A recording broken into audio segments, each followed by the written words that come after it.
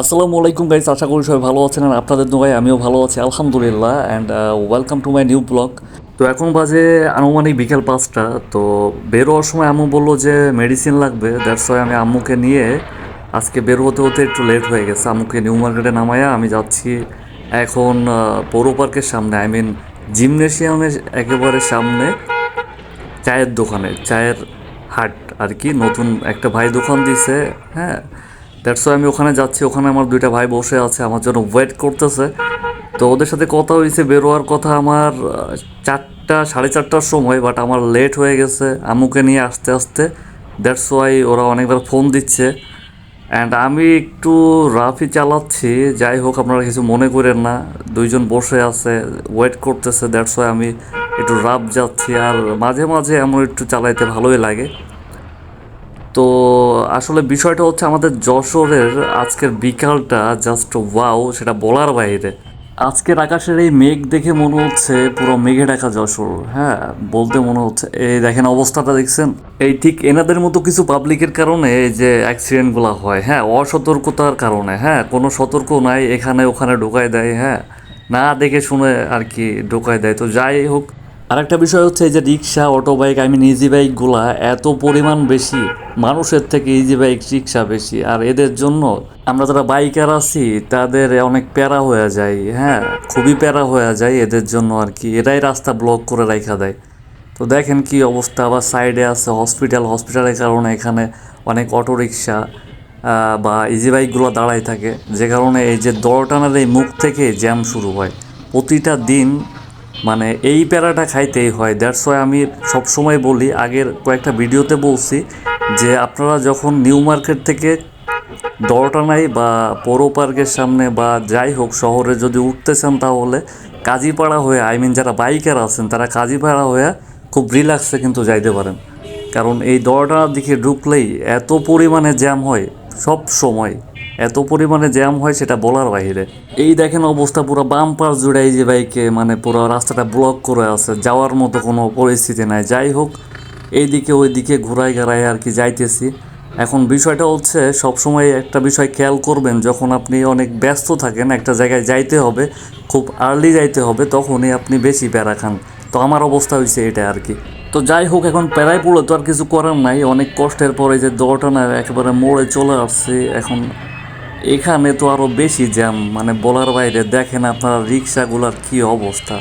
মানে বললাম না একটু আগে, আমাদের যশোরে এমন একটা অবস্থা হয়ে গেছে, মানুষরা এই যে রিক্সা ইজি বাইকগুলা বেশি হয়ে গেছে।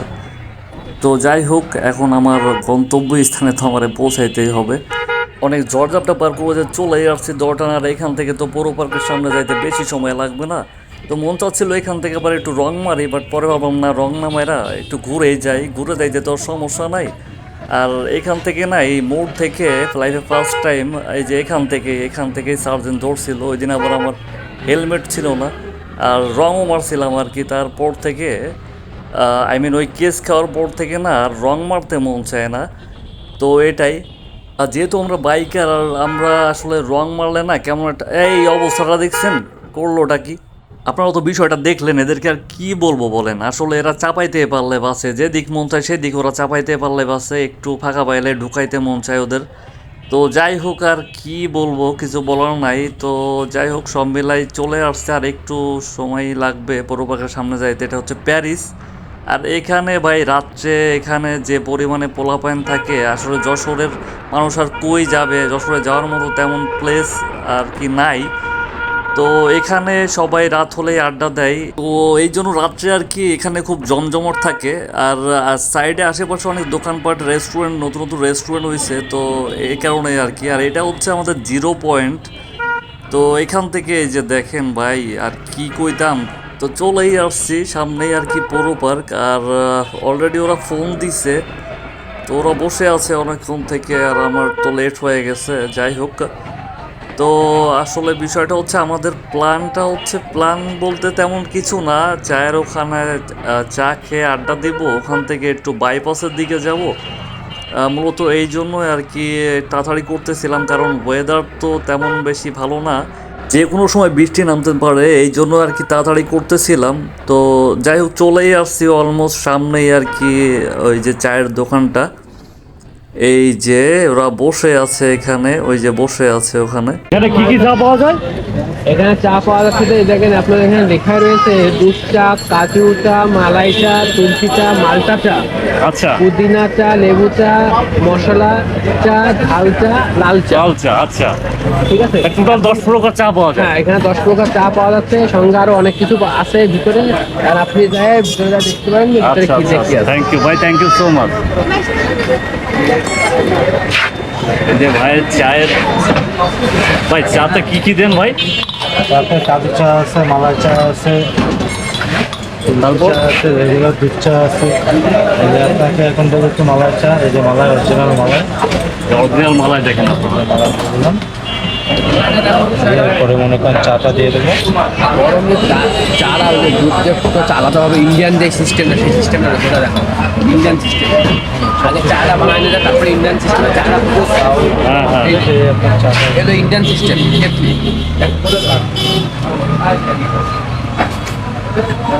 এই চা চা বানানো কোথা থেকে শিখছেন ভাই আপনি? এই ইন্ডিয়ান সিস্টেমের চা আমার চা তুলতাম সুগার ভাই তো। বেনাপোল থেকে না? আচ্ছা, চাটা খেয়ে দেয়। এই হচ্ছে মালাই চা।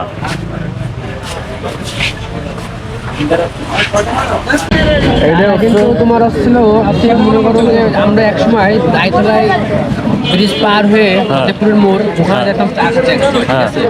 কিন্তু এখন আর আমাদের মনে হয় না ওই জায়গায় যাওয়া প্রয়োজন মনে হয়। এটা কি এখন হলো চায়ের হাট, আমার বন্ধু তুহিনের দোকান। নাম কি? নাম কি তোমার বন্ধু? আমার বন্ধুর নাম হলো তুহিন, দোকানের নাম হলো চায়ের হাট। আচ্ছা আচ্ছা আচ্ছা, ঠিক আছে। এই যে চায়ের হাট। হ্যাঁ চায়ের হাট, হ্যাঁ ঠিক আছে। এখন এই যে যে চাটা তুমি দেখতেছো, এই চাটা খেয়ে মনে করো যে অন্যরকম একটা স্বাদ। তোমাদের অনেকে ছেলেপিলে আছে, যুবক যত ছেলেপিলে আছে অনেক সময় তোমার বেনাপোলের দিকে যায়, আচ্ছা, ঠিক আছে? বেনাপোল কাগজ পুকুর ওখানে তোমার হলো গেটের ওখানে যায় চা খেতে, এখন আর যাওয়া লাগবে না। এখন তোমার হলো তা তুমি কি বলতে চাচ্ছ আমাদের দূর দূরস্থায় যাওয়া লাগবে না? না না, আর কোথাও যাওয়া লাগবে না। তোমার হচ্ছে আমাদের এই কাছে সামনেই, আচ্ছা এখানে আসলেই এই চা খেতে পারবে, অনেক সুন্দর খায় স্বাদ। আচ্ছা, সেই স্বাদ। সেই স্বাদ। তো গাইজ, চায়ের হাটের তুহিন ভাইয়ের চাটা কিন্তু আসলেই সেই স্বাদ ছিল। মালাই চাটা কিন্তু খুব সুন্দর লাগছে খাইতে, অ্যান্ড অন্যান্য চাগুলাও এখানে খুব সুন্দরভাবে বানায়। তো আপনারা চাইলে একবার হলেও এখানে এসে ট্রাই করতে পারেন আর কি। হ্যাঁ, ঘুরে আসি তাহলে। হ্যাঁ, ভিডিও চলতেছে। থাকো, বলো। তো এখন আমরা যাব হচ্ছে যশোরের বাইপাসে। আর এখন যে বর্তমানে আছে, এই যে সামনে হচ্ছে জিমনেশিয়াম, তার পাশে হচ্ছে হকার্স মার্কেট নামে পরিচিত আর কি, এটা হকার্স মার্কেট। তো যশোরের বাইপাসে অনেক দিক দিয়ে যাওয়া যায়। তো আজকে আমরা যাব খড়কি হয়ে, দেন ধর্মতলা, দেন হচ্ছে আরবপুর, দেন বাইপাস আর কি। তো এটা হচ্ছে আসাদ গেট নামে পরিচিত, এটা হচ্ছে এমএম কলেজের গেট আর কি, যেটা হচ্ছে আসাদ গেট নামে পরিচিত। তো চলেন এবার যাওয়া যাক। তোরই মতো কোনো একটা ঢেউ ভাসিয়ে আমায় দূরে নিয়ে যায়, ছুঁয়ে দে আগুন, ফুটে যাবে ফুল, ভিজে যাবি গান, কথা রে মাথা গেলে যাবি চোখের বাইরে না, ছুঁয়ে দে আগুন, ফুটে যাবে ফুল, ভিজে যাবে গান, কথা রে মাথা গেলে যাবি চোখের বাইরে না। ও, ও, ও, ও,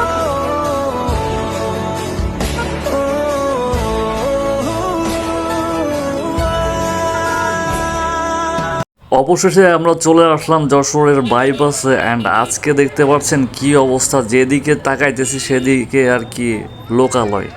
মানে এত পরিমাণ লোকজন বাইপাসে বলার বাইরে। এটা বলা যায় ওয়েদার ডিমান্ডের কারণে হয়েছে।